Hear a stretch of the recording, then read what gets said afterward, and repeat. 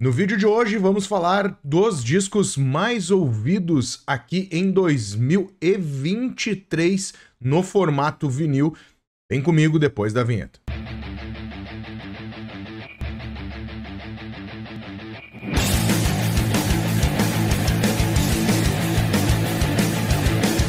Fala Disconnectors, tudo numa boa? Marcelo Scherer na área, espero que esteja tudo bem com vocês. Pois então, Disconnectors, vamos falar aí dos álbuns mais ouvidos em vinil em 2023 por aqui, né, cara? Semana passada eu trouxe aí as edições em CD, se você não viu, vou deixar o link aqui. Mas eu cometi várias gafes, né? Entre elas, mudar a data, né? Chamei 2023 de 2024. Quero tentar não repetir o erro aqui, afinal a gente vai falando, se empolga e acaba trocando essas informações com as datas, por exemplo, né? Então, assim, os melhores discos de 2023 no formato em vinil que eu mais escutei aqui na minha coleção. Lembrando também que a gente está com um grupo no WhatsApp da Disconnecta, entra lá, vou deixar o link aqui para vocês, vai estar passando na tela aqui embaixo e também vai estar na descrição e em destaque nos comentários. Se você quer entrar no grupo, entra ali, clica e entra lá. O grupo é um grupo de transmissão, então não tem bate-papo, né? Apenas coloco lá algumas notícias, principalmente do portal desconecta.com.br. Se você ainda não visitou, passa lá. Já tá rolando lá com muita informação, notícias, matérias, resenhas, histórias da música, várias coisas que estão rolando por lá.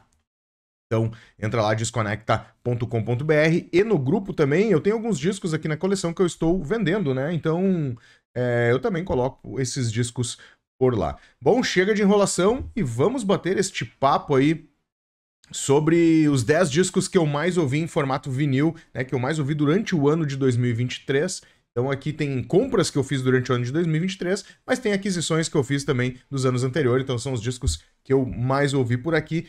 E lembrando que aqui não é a ordem, tá meio aleatória, então tem discos mais antigos, mais novos. Eu não coloquei por uma ordem de data ou mesmo por uma ordem de preferência, e sim apenas por ordem, uma ordem meio aleatória, né? Então aqui vamos pegar e vamos conversar sobre eles.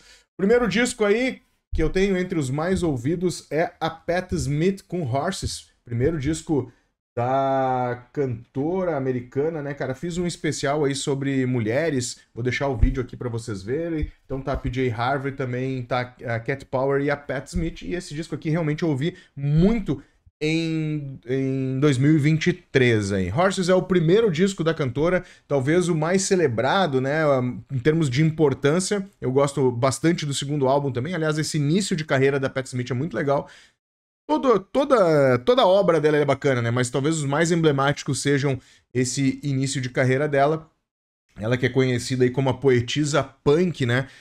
Juntamente com Television, Blonde, e outra Ramones, e outras bandas desta época lá, fez a cena ferver em Nova York nessa metade dos anos 70, tá? Produção aqui do John Cale, que veio do Velvet Underground, né, cara? Aqui a gente tem algumas músicas de destaque, como Gloria aí, que é uma versão, né? Ela poetizou mais algumas coisas em cima da música do Van Morrison. A gente tem também aqui Redondo Beach, que é muito legal, um estilo meio reggaezinho. Já falei sobre ela nesse vídeo. Também tem Birdland, que também é muito bacana. Kimberly e Break It Up e Land, né? Então, assim, é um disco bom de se ouvir do início ao fim. Algumas participações especiais, né? Por aqui também. Então, cara, se você quer ouvir um grande disco da Patti Smith, comece por esse aqui, que é muito legal, o disco de 1975. Falei dela aí nesse vídeo que eu fiz. O segundo álbum aqui a gente já pula para esse século, né? 2012, eu estou falando aí do Mark Lanegan, Blues Funeral, lançado em 2012, né? O sétimo álbum solo da carreira do Mark Lanegan. Se você não está ligando a pessoa ao nome aí, ele foi vocalista do Screaming Trees, né? Lendária banda de Seattle, que fez grande sucesso com Sweet Oblivion nos anos 90 aí com a sua banda, né? Participou daquele boom do grunge, né? Então, sensacional, vale a pena ouvir. Esse aqui é o 7º álbum, 8 anos, né? Separaram depois do Bubblegum, que é o disco anterior a esse, né? Ele fez aí um projeto Gutter Twins junto com o Greg Dulli, também participou de alguns projetos do Greg Dulli. Greg Dulli aí participa deste álbum. Greg Dulli, se você não conhece, o cara faz parte do Afghan Twins. Juntamente com o seu parceiro Dave Rosser, também participa desse álbum. Esse álbum vai numa linha com muitos sintetizadores, meio dark wave, assim. Cara, tem diversas participações também, né? Tem o Josh Homme aqui, tocando, do Josh Homme aí, do Queens of the Stone Age. Tem também o Mark Lenoble, do Porno for Pyro, baixista do Porno for Pyro. E o baterista de todo o disco aqui é o Jack Irons, cara que fundou o Red Hot Chili Peppers, né, cara? Recomendo, então, se você não conhece, é um bom disco para começar, inclusive, com a carreira do Mark Lanegan, apesar de ser bem soturno.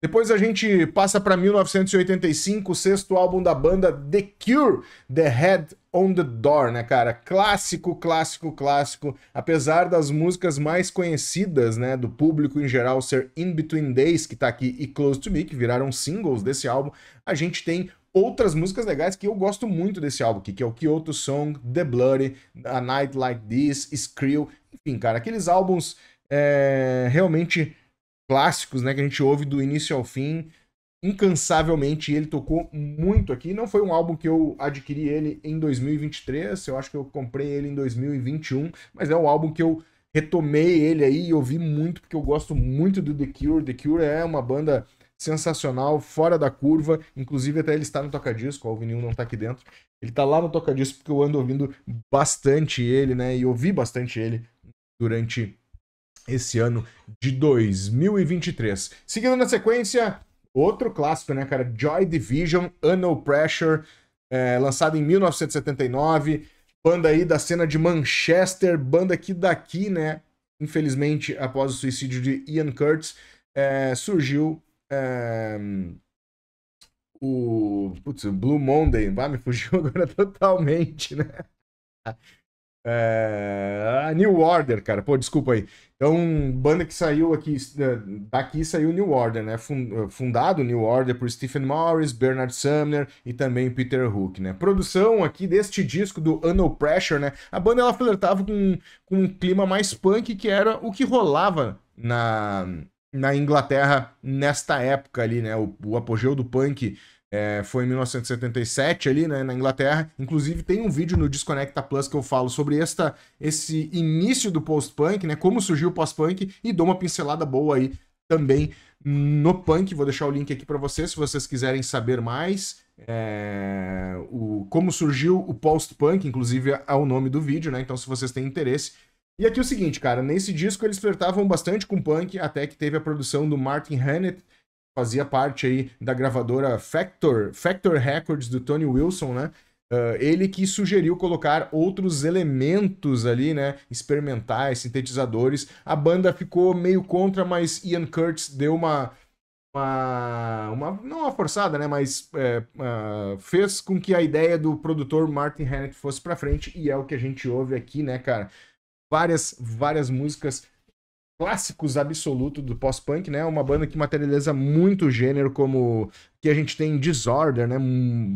Já entra com os dois pés na porta. Tem X Lost Control, tem New Down Faces. Cara, um disco perfeito aí para quem gosta do estilo. Eu recomendo muito, inclusive, ter na sua coleção, porque é um álbum maravilhoso. No Pressure, 1977, banda de Manchester, Joy Division.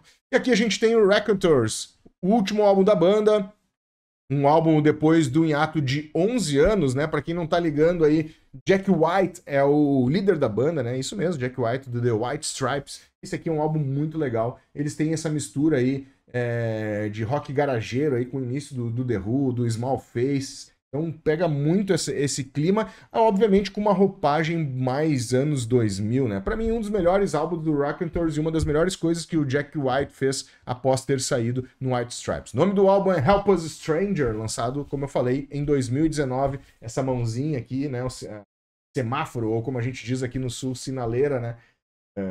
Então, muito legal essa capa, muito bacana. Born and Raised, Help Me Stranger, Don't Bother Me. Cara, músicas legais, Someday, Sunday Driver, disco legal. E o Jack White, cara, com perdão da palavra, um dos grandes nomes aí deste século XXI aí, né? E adentrou com não só com seu White Stripes, mas com os seus outros projetos, The Dead Weather também, que é um projeto dele após o White Stripes.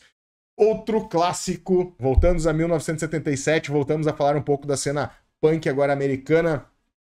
Esse descasso aqui do Television, Mark Moon, a gente tem músicas sensacionais aqui, como a própria Mark Moon, See No Evil, Venus, Friction, Guide the Line, Elevation, enfim, aqueles álbuns que eu sempre recomendo aqui para ouvir do início ao fim. Banda formada por Billy Fica nas baterias, Richard Lloyd nas guitarras e vocais e também Tom Verlaine.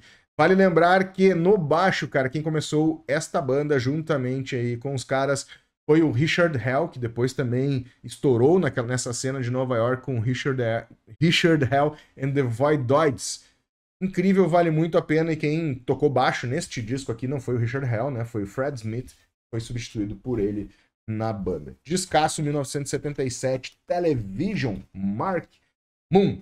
E agora, para mim, um dos grandes artistas da década de 90, né? Um dos grandes guitarristas, e eu não tô falando aqui de virtuose, mas sim de composição, de conseguir montar músicas sensacionais com a sua banda oficial, digamos assim, e aqui é a carreira solo. Jerry Cantrell, Brightening, lançado em 2021, 19 anos após Degradation Trip, que tem lançado o volume 1, e depois ele lançou o volume 1 em volume 2 também, que é um álbum maravilhoso, mas totalmente diferente. Aqui, Jerry Cantrell tá flertando muito mais com a música, com um rock mais pop, mais country, mais soulful, né, assim, mais palatável, vamos dizer assim, e ficou sensacional. A Tone é incrível, Brighting também, Prism of Doubt, Black Hearts and Evil Dawn. Cara, de novo, mais um álbum pro cara ouvir do início ao fim. E o legal desse disco, eu já mostrei por aqui, né, essa cor desta mídia aqui, que é maravilhosa, lindaça, né, um azul turquesa, um verde água, seja o nome que você queira dar. Agora chegamos a mais um descasso de uma banda dos anos 80, mas que, né, teve um grande boom no início, na virada do século aí.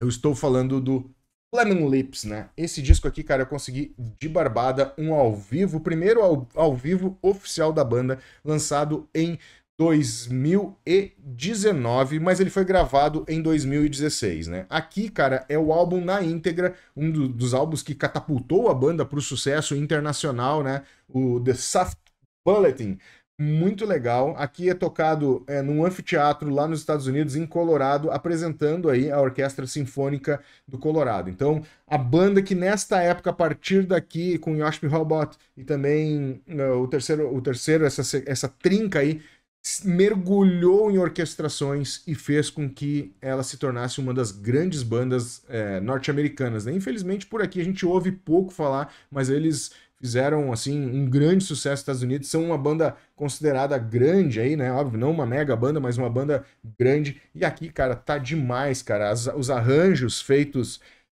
pela orquestra são realmente matadores, né? Aqui tem um clássico, Race for the Price, Spoon Wild Tone, tem Spark, Pirate Bleed. Bom, enfim, cara. Discão, conseguiram The Gash, que é muito legal também, né? Conseguiram pegar aquela ambientação que eles fizeram no estúdio e transpor para um ao vivo, e a gravação ficou muito legal. Gravado em 2016, lançado em 2019, é o álbum da íntegra do The Soft Bulletin, que foi um clássico de 1999, perdão. Vamos falando em clássico, né? Quer dizer, falando em artista clássico, né? Não que esse disco seja um clássico, apesar de eu gostar muito dele. Ele foi lançado em 2022, mas é um daqueles álbuns esquecidos do Neil Young, né? E aqui Neil Young and the Crazy Horse, Toast, né? Gravado no Toast Studio em Nova York. Desculpa, na Califórnia. Aqui tem músicas muito legais. Esse disco acabou não saindo na época, então ele ficou guardado porque o Neil Young, já ia falar o David Bowie, né? O Neil Young estava passando por uma fase difícil com a sua esposa, Peg, né? O relacionamento tava pesado, então ele acabou, por esses motivos e por achar que não estava tão bom, ele acabou guardando esse disco. E algumas músicas foi reaproveitada no álbum que foi lançado em 2002, né? Esse disco foi gravado entre 2001 e 2001, também tem isso, né? Ele fez essa parada entre as gravações por causa desse momento difícil. Ele veio tocar no Brasil e na Argentina em 2001 e quando voltou ele finalizou o álbum e não gostou do resultado final, acabou ficando engavetado e ele lançou em 2002 Are You Passionate, que tem a participação aí do grupo de Rhythm and Blues, né, de R&B, o Booker T and the MGs. E nesse disco tem algumas músicas que estão aqui, como Quit, também How You Die, que no disco saiu como Mr. Disappointment, Boom Boom também tem aqui, e She's a Healer e Going Home, né? Que aliás, o Boom Boom saiu no disco Are You Passionate como She's a Healer, e aqui saiu como Boom Boom, né? E também Going Home, que é a música talvez a mais marcante aqui do disco, pra mim, né? Obviamente, aí vai cada um, tem o seu gosto, que é Going Home. Então tá aí, lançado em 2022, vale muito a pena aí, produzido por John Hannon. Escasso, né, cara? Neil Young tem uma carreira e alguns discos meio não, né? Totalmente escondidos, né? Então, está relançando algumas coisas, inclusive saiu alguma Chrome Dream, saiu agora recentemente, saiu outro agora também. Então é daqueles caras que tem... Esse aqui é o 42º álbum. Cara, o cara tem muito disco. Obviamente tem coisas nesse estilo, assim, coisas que ficaram gravadas e depois foram refeitas, né, ou regravadas de uma forma diferente com outros artistas, e daí ele recupera as gravações originais e relança. Falando em Neil Young, né, cara, tá aqui Deja Vu, Crosby, Still, Nash Young, segundo disco do Crosby, Still e Nash, e nesta versão aqui recebeu o Neil Young, lançado em 1970, um descasso, né? Aqui a gente tem um folk, rock psicodélico, progressivo, seja lá o que você queira chamar aqui, né, cara? E temos três caras incríveis tocando. Neil Young, né? Não tem muito o que dizer, né? Na sua carreira gigante. Tem também o Stephen Stills, que foi parceiro do Neil Young no Bruce Springfield. Temos também... Essa versão aqui é muito bonita, cara. É uma versão... Aqui, ó. Gatefold, muito legal. Temos também aí o Graham Nash, né? Que tocou no The Hollies, aí, que fez parte da primeira invasão britânica nos Estados Unidos, lá nos anos 60, uma das bandas aí parceiras de gravadora Parlophone dos Beatles, né? E, obviamente, teve aí o recém-falecido David Crosby, do The Byrds, né? Um dos fundadores do The Byrds, com o clássico Turn, Turn, Turn, Mr. Tambourine Man, mas que depois acabou expulso aí, né, devido a momentos estressantes entre a banda, acabou expulso do The Byrds. Nesse meio tempo, né, antes de formar o Crosby, Stills & Nash, ele acabou produzindo o primeiro disco da Joni Mitchell, que na época era a sua namorada, e depois começou a fazer história com Crosby, Stills & Nash Young, saiu em carreira solo aí o David Crosby. Era isso então, Disconnectors. Esses aí foram os 10 discos mais ouvidos em 2023 aqui, né? Versão edição LP. Fiz uma versão em CD, vou deixar aqui para vocês. Também lembrando que se vocês quiserem participar do grupo da Desconecta, no WhatsApp já tá lá, por lá a gente compartilha muita informação, notícia do portal Desconecta, também vídeos do canal aqui Desconecta, e obviamente, né, cara, alguns discos que eu tenho parado aqui em casa eu acabo colocando por lá, vou deixar o link aí para vocês. Era isso então, a gente se vê no próximo vídeo.